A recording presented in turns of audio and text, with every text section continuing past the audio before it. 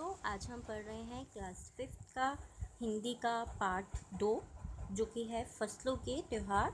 इससे पहले हम इसका पहला भाग जो है आधा जो ये कहानी है इसको हम पढ़ चुके हैं।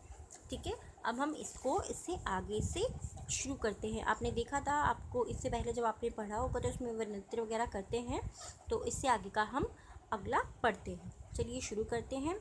अगले दिन वे नृत्य करते हुए घर घर जाते हैं और फूलों के पौधे लगाते हैं। घर घर से चंदा मांगने की भी प्रथा है, पर चंदे में मालूम है क्या मांगते हैं? वे चंदे में क्या मांगते हैं? मुर्गा, चावल और मिश्री, ऐसी चीज़ें वो चंदा यानी कि किसी से जो चीज़ मांगी जाती है उसको चंदा बोलते हैं। फिर चलता है खाने पीने और खेलों का दौर। तीसरे दिन जाकर पूजा होती है, जिसके बाद लोग अपने कानों में सरई का फूल पहनते हैं। वहाँ के जो लोग होते हैं अपने कानों में पूजा करते वक्त सरई का फूल पहनते हैं। इसी दिन से वसंत ऋतु की शुरुआत मानी जाती है। इसी दिन से वसंत ऋतु की शुरुआत मानी जाती है। धान की भी पूजा होती है। पूजा किया हुआ आशीर्वादी धान अगली फसल में बोया जाता है। जब वो दोबारा से फसल बोते हैं तो वही पूजा वाला जो धान होता है उसको बोते हैं। ठीक है, तमिलनाडु में मकर संक्रांति या फसलों से जुड़ा त्यौहार पोंगल के रूप में मनाया जाता है। तमिलनाडु केरल साइड जो होती है वहाँ पे उसको पोंगल बोलते हैं। क्या बोलते हैं उसको? पोंगल। ठीक है, इस दिन खरीफ की फसलें चावल, अरहर, मसूर आदि का कटकर घरों में पहुंचाते हैं और लोग नए धान कूटकर चावल निकालते हैं। जो धान होता है उसको कूटते हैं, फिर उसके अंदर से चावल निकलता है। हर घर में मिट्टी का नया मटका लाया जाता है। इस दिन नया मटका लेकर के आते हैं सभी लोग जो होते हैं अपने घरों में नया मटका लेकर के आते हैं, जिससे नए चावल, दूध और गुड़ डालकर उसे पकाने के लिए धूप में रख देते हैं।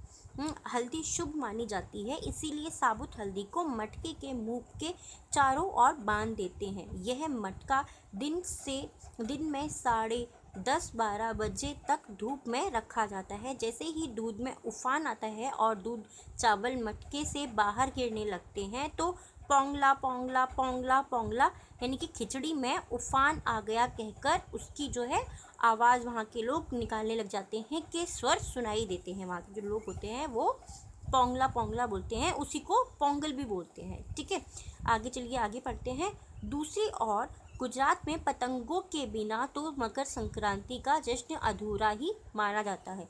जो गुजरात के लोग होते हैं वे मकर संक्रांति वाले दिन पतंग ज़रूर उड़ाते हैं। वहाँ मकर संक्रांति वाले दिन पतंग उड़ाने का विशेष महत्व होता है। इस दिन आसमान की ओर यदि नज़र उठाएं तो शायद हर आकार और हर रंग रूप की पतंगे आकाश में लहराती हुई आपको मिल ही जाएंगी। आपने भी देखा होगा ना, मकर संक्रांति पर कितनी पतंगे उड़ाई जाती है। प्रत्येक गुजराती चाहे वह किसी भी धर्म, जाति या आयु का हो, पतंग उड़ाता है। हजारों लाखों पतंगों से सूर्य भी ढकसा जाता है। अब देखिए हम अगले पेज पर आ गए हैं। तो कुमाऊं में मकर संक्रांति को घुघुतिया भी कहते हैं। ठीक है, यहाँ मकर संक्रांति को अलग अलग नामों से पुकारा जाता है। वसंत ऋतु मैंने आपको बता दिया, और भी नए नए नामों से जो है वसंत ऋतु को बुलाया जाता है। तो कुमाऊं में क्या कहकर बुलाया जाते हैं? घुघुतिया भी कहते हैं।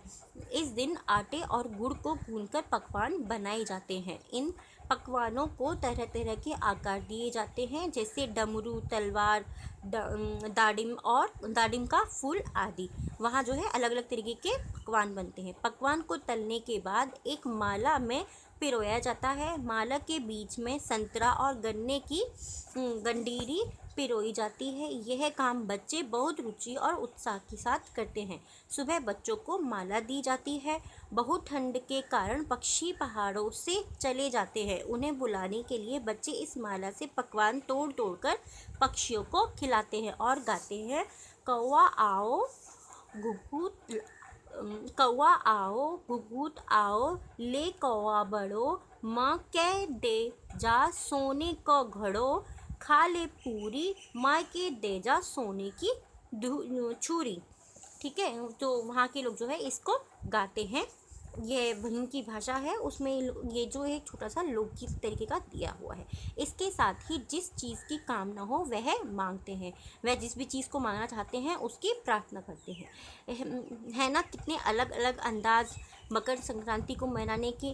कहीं दूध चावल और गुड़ की खीर बनती है, तो कहीं 5 प्रकार के नए अंदाज की खिचड़ी बनती है, तो कहीं कहीं लोगों का सैलाब नदी में स्नान के लिए उमड़ पड़ता है। लोग ठंड से ठिठुरते रहेंगे, बर्फ पर बर्फीले पानी में कम से कम एक डुबकी तो ज़रूर लगाएंगे। हाल यह होता है कि इन जगहों पर तिल रखने की भी जगह नहीं होती है। तिल से याद आया, मकर संक्रांति के दिन पानी में तिल डालकर स्नान करना, तिल दान करना, आग में तिल डालना, तिल के पकवान बनाना विशेष महत्व रखता है।